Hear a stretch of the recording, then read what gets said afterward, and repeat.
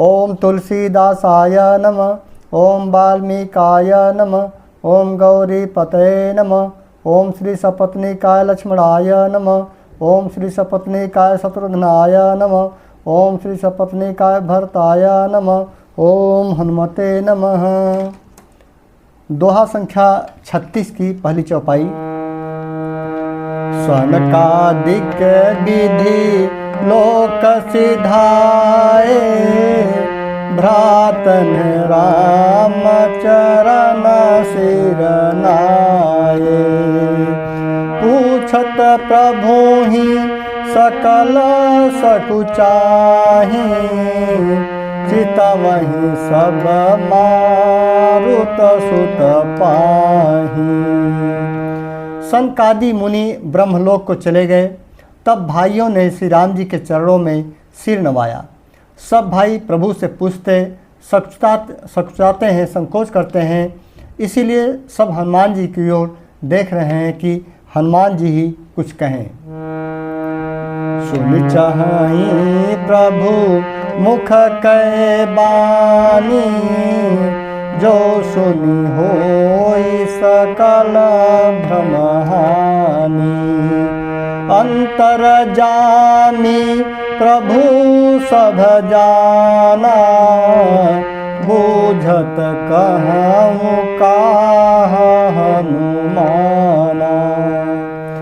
प्रिय मित्रों, जो लोग नियमित श्रवण कर रहे हैं उनको पता है कि यह प्रसंग कहाँ का है, लेकिन जो लोग नए हैं तो उनको लिए बता दूं कि ये उत्तरकांड का उस समय का प्रसंग है जब प्रभु श्री राम जी हनुमान जी को बगीचा घुमाने के लिए जाते हैं। उसी बीच में जो विभिन्न ऋषि मुनि, जो देवतागण, सनकादि मुनि आते हैं प्रभु जी का लीला देखने के लिए। चूँकि ये श्री रामचरितमानस का समापन की ओर है, प्रभु की लीला का समापन की ओर है, इसलिए सभी ऋषि मुनि उनके किसी न किसी बहाने दर्शन करना चाहते हैं। जोरी पानी कह तब हनुमंता, सुनहु दीन दयाल भगवंता। नाथ भरत कछु पूछन चाहि, प्रश्न करत मन सकुचत हई। तब हनुमान जी हाथ जोड़कर बोले, हे दीन दयालु भगवान, सुनिए। हे नाथ, भरत जी कुछ पूछना चाहते हैं पर प्रश्न करते मन में संकोच हो रहा है। क्या प्रश्न है? तुम जानहु कपि मोर स्वभाव।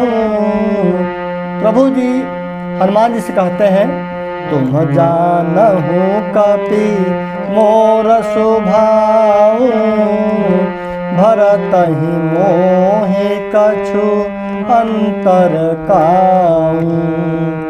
सुनि प्रभु बचन भरत गए चरना, सुनहु नाथ प्रणतारित हरना।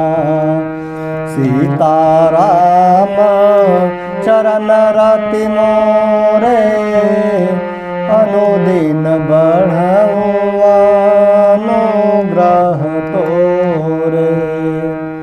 प्रभु जी ने कहा हनुमान जी से कि हे हनुमान, तुम तो मेरा स्वभाव जानते ही हो। भरत के और मेरे बीच में कभी भी कोई अंतर या भेद नहीं रहा। प्रभु के वचन सुनकर भरत जी ने उनके चरण पकड़ लिए और कहा, हे नाथ, हे शरणागत के दुखों कहने वाले, सुनिए। फिर भरत जी क्या कहते हैं? दोहा। नाथ न मोहि संदेह कछु, सपने हूँ शोक न मोह। केवल कृपा तुम्हारे, कृपानंद संदोह। भरत जी कहते हैं, हे नाथ, न तो मुझे कुछ संदेह है और न स्वप्न में भी कोई शोक और मोह है। हे कृपा और आनंद के समूह, यह केवल आपकी ही कृपा का फल है। करऊं कृपा निधि एक ढिठाई, मैं सेवक तुम जन सुखदाई। संतन कै मही मार घुराई, बहुविधि वेद पुराण गाई। हे तथाप हे कृपा निधान भरत जी पूछते हैं, मैं आपसे एक धृष्टता करता हूँ। मैं सेवक हूँ और आप सेवकों को सुख देने वाले हैं। इससे मेरे धृष्टता को क्षमा कीजिएगा और मेरे प्रश्न का उत्तर देकर सुख दीजिए। हे रघुनाथ जी, वेद पुराणों ने संतों की महिमा बहुत प्रकार से गाई है। आगे क्या पूछते हैं? श्रीमुख तुम पुनि किन्हि बड़ाई, तिन्ह पर प्रभु ही प्रीत अधिकाई।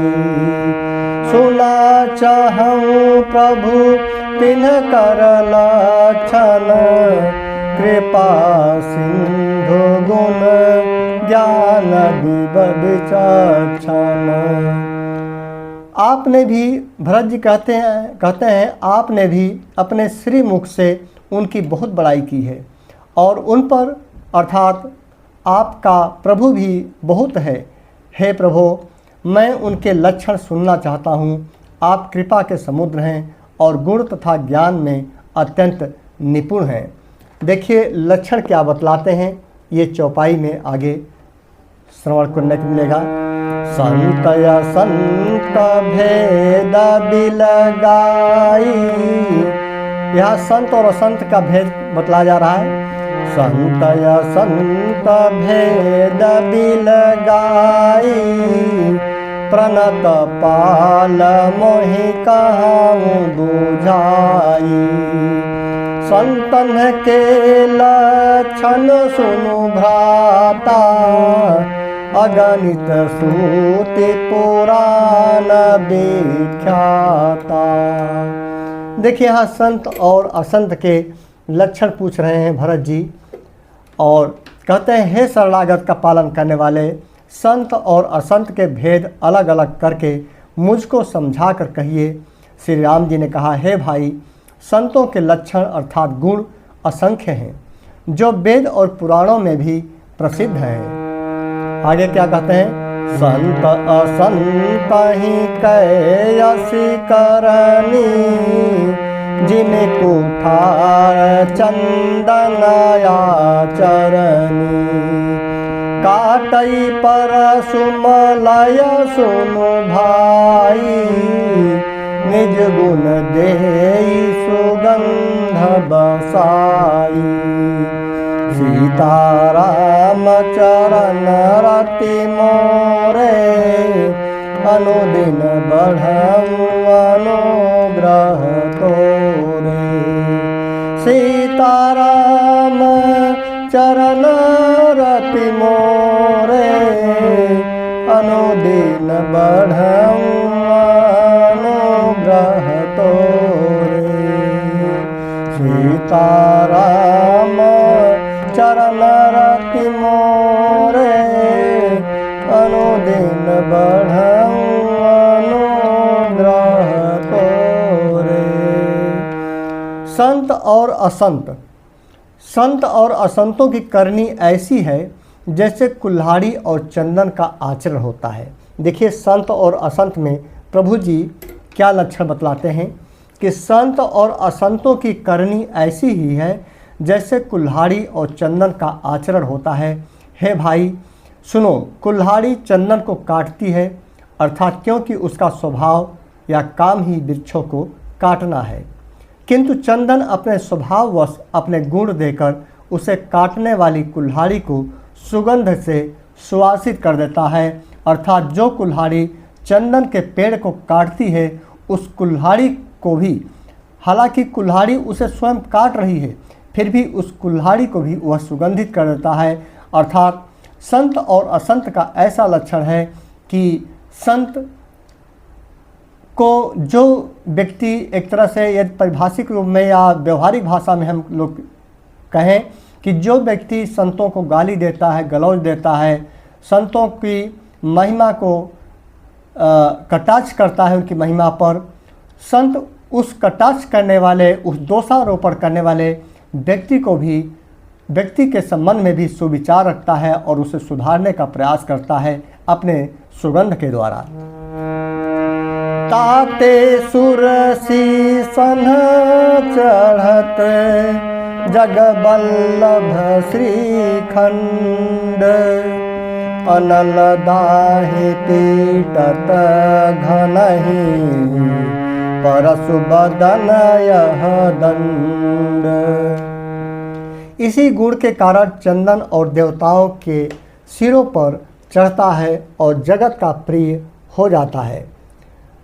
कुल्हाड़ी के मुख को यह दंड मिलता है कि उसको आग में जलाकर फिर घन से पीटते हैं।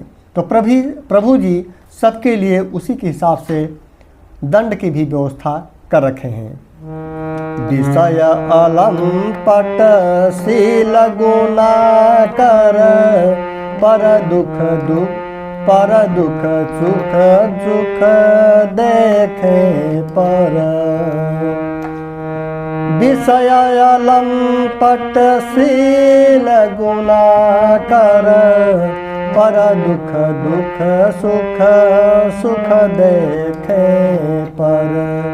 समय भूत रिपु विमद विरागी, लोभाम रस हरस भय त्यागी।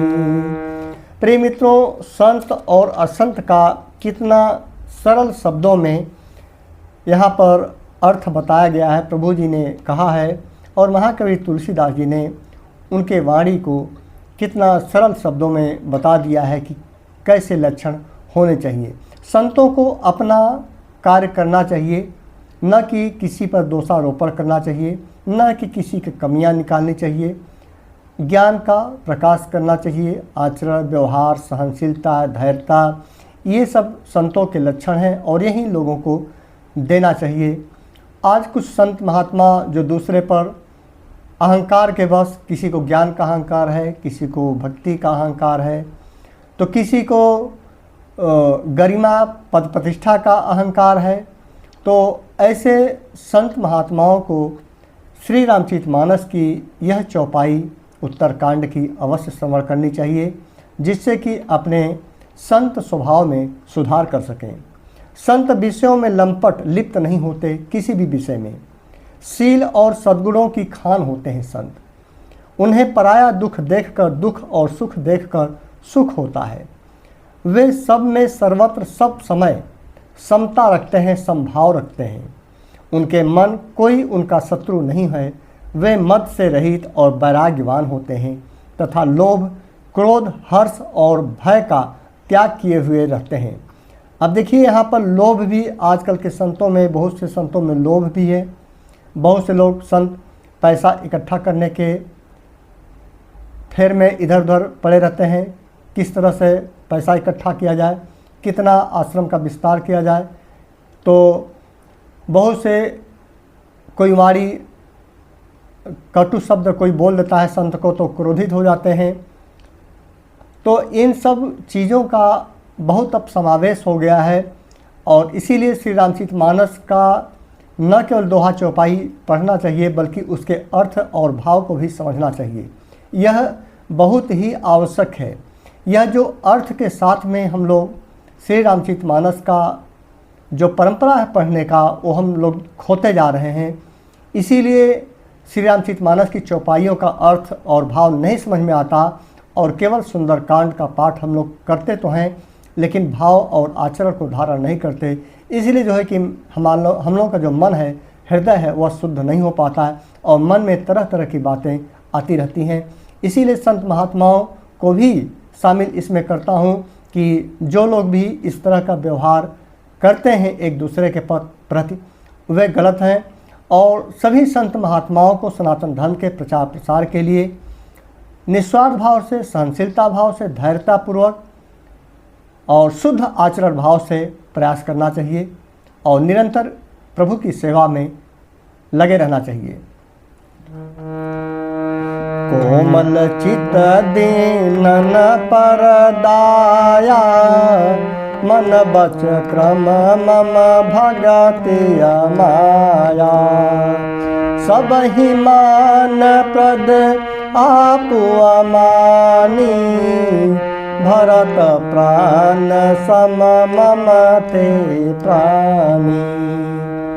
उनकी चित्र बड़ा कोमल होता है। देखिए संतों के कितने लक्षण बता रहे हैं प्रभु जी कि उनका चित्त बड़ा कोमल होता है। वे दिनों पर दुखियों पर दया करते हैं तथा मन वचन और कर्म से मेरी निष्कपट अर्थात विशुद्ध भक्ति करते हैं।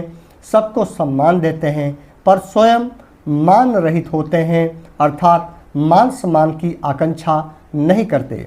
हे भरत, वे प्राणी संत जन मेरे प्राणों के समान हैं।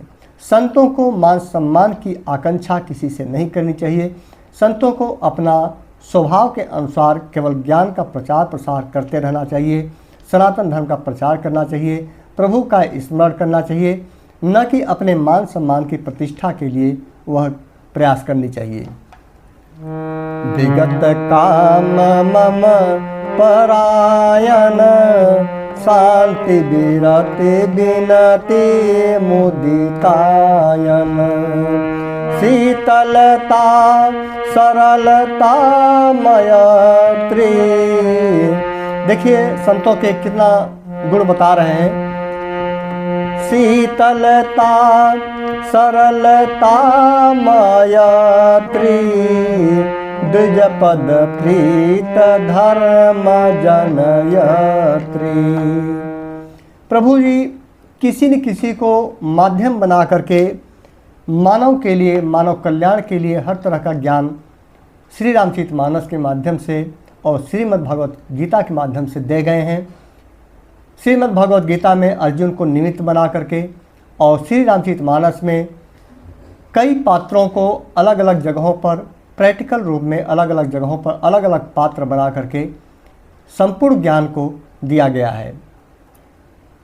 कहते हैं कि हे तात, ये सब लक्षण जिसके हृदय में बसते हों अर्थात उनको कोई कामना नहीं होती। संतों की क्या होती है? संतों को कोई कामना नहीं होती किसी प्रकार का कामना कि मुझे ये वस्तु चाहिए, मुझे वो वस्तु चाहिए, यह किसी तरह की कामना नहीं होती। वे मेरे नाम के परायण होते हैं, केवल प्रभु का नाम भक्त स्मरण करते हैं।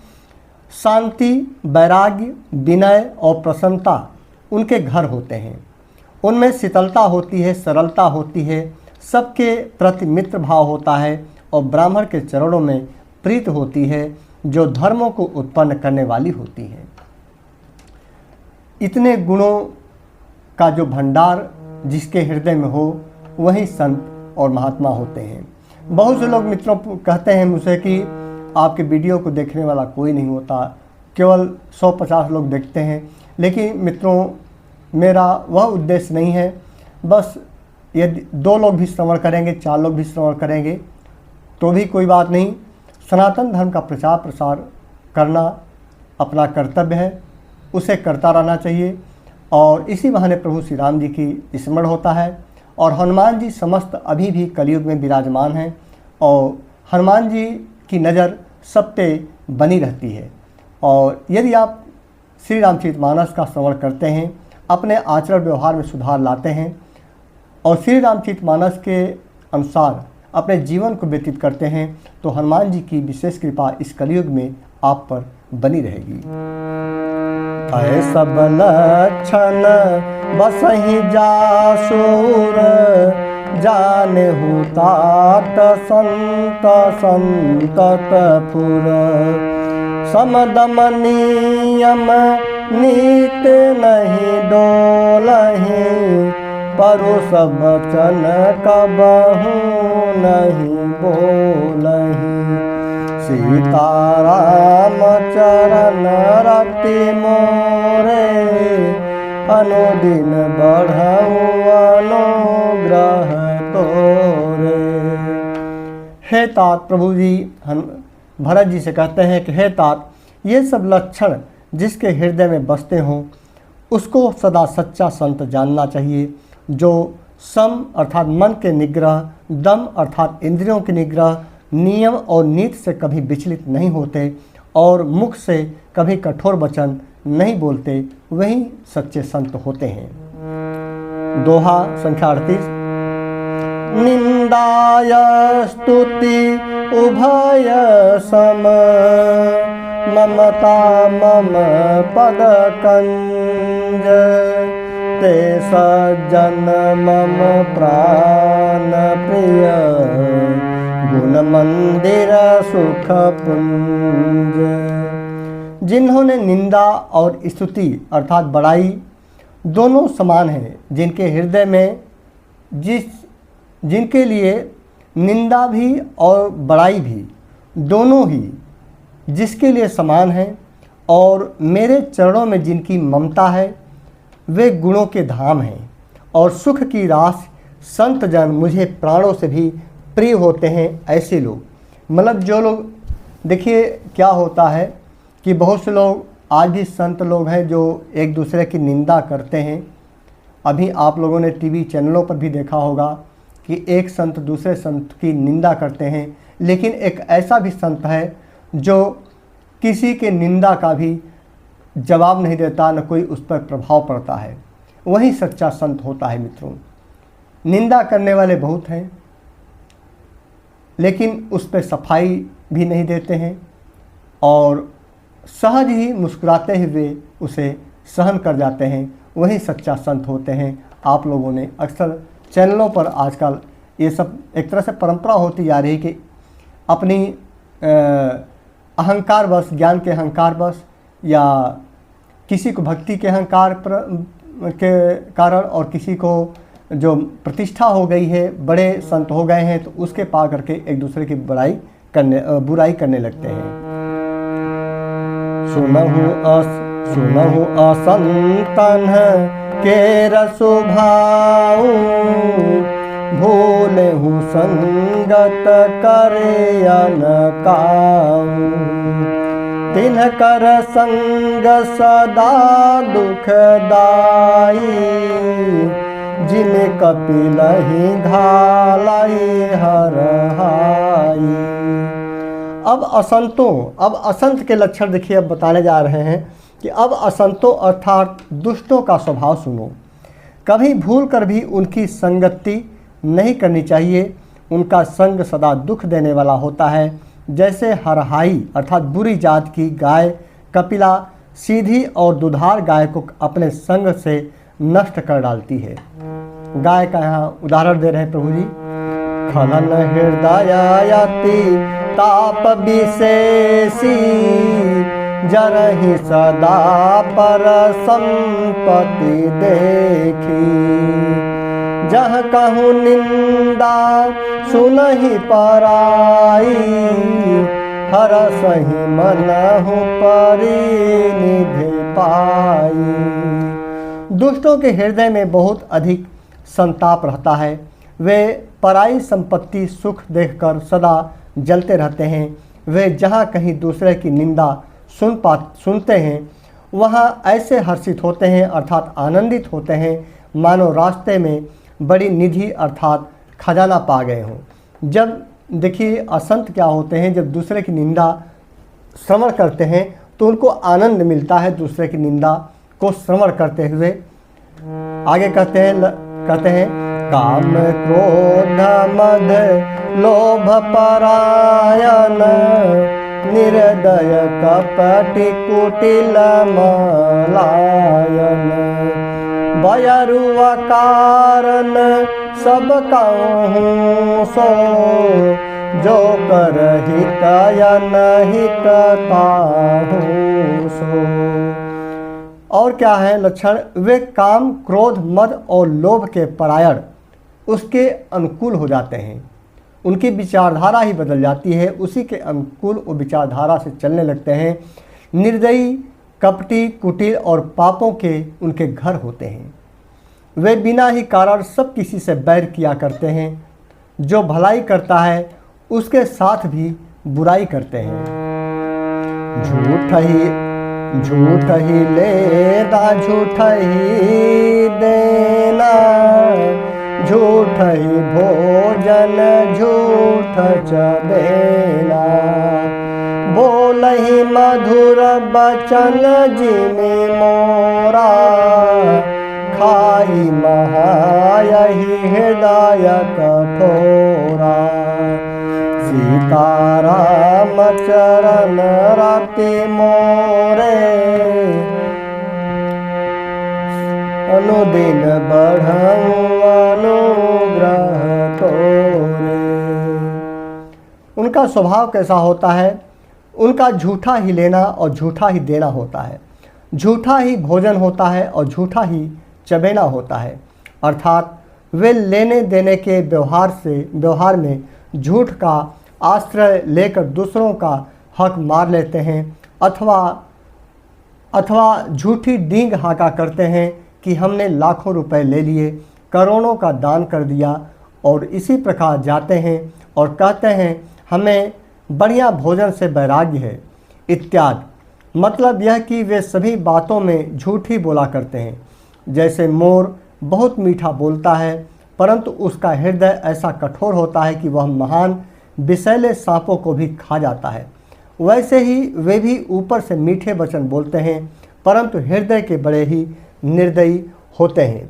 प्रिय मित्रों, जो भी मैंने आज श्री रामचरितमानस में उत्तरकांड में आप लोगों को श्रवण करवाया, उसके अनुसार अपने हृदय को अभी समय है, जहाँ भी जिस उम्र के पड़ाव पर हैं वहीं से अपने हृदय को उसी के अनुसार ढालिए। नहीं तो ऐसे ही बाहरी बनावटी में ये जीवन बीत जाएगा। और लोग कहते हैं ना कि मैं पूजा पाठ तो करता हूँ लेकिन प्रभु जी की कृपा ही नहीं होती। तो पूजा पाठ भी करना दो तरह का होता है। एक तो ऊपरी मन से आदमी पूजा पाठ करता है, भक्ति भाव करता है। पूजा पाठ भले ही कम हो, लेकिन यदि हृदय की शुद्धता हो, हृदय में भक्ति भाव हो प्रभु के प्रति, तो वही सबसे बड़ी पूजा होती है। तो इसलिए हृदय को परिवर्तित करना धीरे धीरे आप लोग सीखिए और श्री रामचरितमानस का नियमित अर्थ के साथ में श्रवण करिए। परद्रोही परदार रत, परधन पन अपबाद।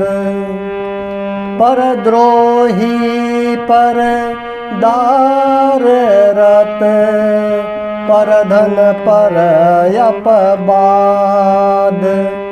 ते नर पावर पापमय, देह धरे मनुजाद। वे दूसरों से द्रोह करते हैं और पराई स्त्री, पराय धन और पराई निंदा में आसक्त रहते हैं, अर्थात इसी में अपना जीवन व्यतीत करते रहते हैं, दूसरे की निंदा में, पराई स्त्री में और पराय धन में। वे पामर और पापमय मनुष्य नर शरीर धारण किए हुए राक्षसी होते हैं। लोभई ओढ़न लोभई दासन, शिष्णु दर पर जमपुर त्रासन।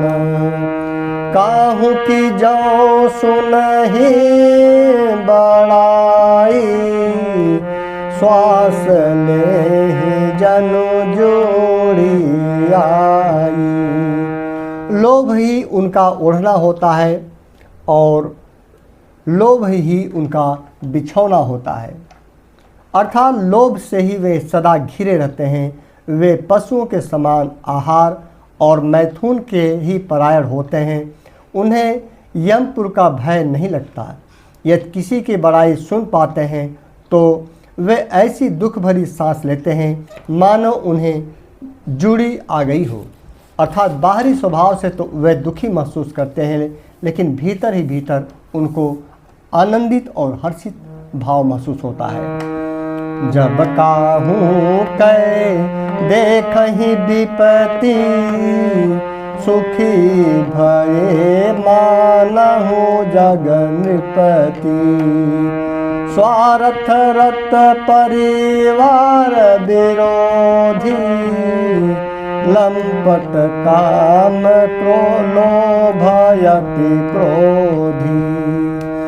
और जब किसी की विपत्ति देखते हैं तब ऐसे सुखी होते हैं मानो जगत भर के राजा हो गए हों। वे स्वार्थपरायण, परिवार वालों के विरोधी, काम और लोभ के कारण लंपट और अत्यंत क्रोधी होते हैं। ये सभी असंतों के लक्षण हैं। मातु पिता गुरु विप्र न मानहि, आप गए अरुघालहि आनहि। करहि मोह बस द्रोह परावा, संत संग हरि कथा न भावा। वे माता पिता, गुरु और ब्राह्मण किसी को नहीं मानते। आप तो नष्ट हुए ही रहते हैं, साथ ही अपने संगत से दूसरों को भी नष्ट करते रहते हैं। मोह बस दूसरों से द्रोह करते हैं और उन्हें न संतों का संग अच्छा लगता है, न भगवान की कथा ही उन्हें सुहाती है। इसीलिए देखिए यहाँ पर उत्तर मिल गया मित्रों कि जो लोग कहते हैं कि आपकी कथा, आपके वीडियो को देखने वाला कोई नहीं होता, तो यही कारण है मित्रों कि बहुत से कम लोग ऐसे हैं जो कि संत स्वभाव के हैं, प्रभु में आस्था रखते हैं। जो लोग संत स्वभाव के होंगे उन्हीं को ये श्री रामचरितमानस का श्रवण अच्छा लगेगा, अन्यथा असंत का हृदय रखने वाले लोगों को यह श्रवण करना अच्छा नहीं लगेगा। और यही कारण है। ऐसे अधम मनुज खल कृत जुग त्रेता नाही, द्वापर कछुक वृंद बहु, होई कल जुग माही। देखिए इस दोहा में प्रभु जी ने स्पष्ट तौर पर त्रेता युग में उसी समय में कह दिया है कि ऐसे नीच और दुष्ट मनुष्य सतयुग और त्रेता युग में नहीं होंगे, नहीं होते हैं, बल्कि द्वापर में थोड़े से होंगे और कलयुग में तो इनके झुंड के झुंड होंगे। तो श्री रामचरितमानस में यह बात, जो कलयुग की बातें हैं, जो हमें आप लोगों को देखने और श्रवण करने को मिल रही हैं, यह कलयुग की बातें श्री रामचरितमानस में, श्री वाल्मीकि रामायण में, अभी मैं मित्रों वाल्मीकि रामायण है, ये तो आप कहेंगे कि तुलसीदास जी ने लिखा है 1500 के आसपास, तो अभी 500 साल पुराना लगभग है। लेकिन श्री वाल्मीकि रामायण का भी अभी श्रवण करवाऊँगा, ये तो उत्तरकांड में पहुँच गया हूँ, तो उसके बाद वाल्मीकि रामायण का श्रवण करवाऊँगा अर्थ सहित।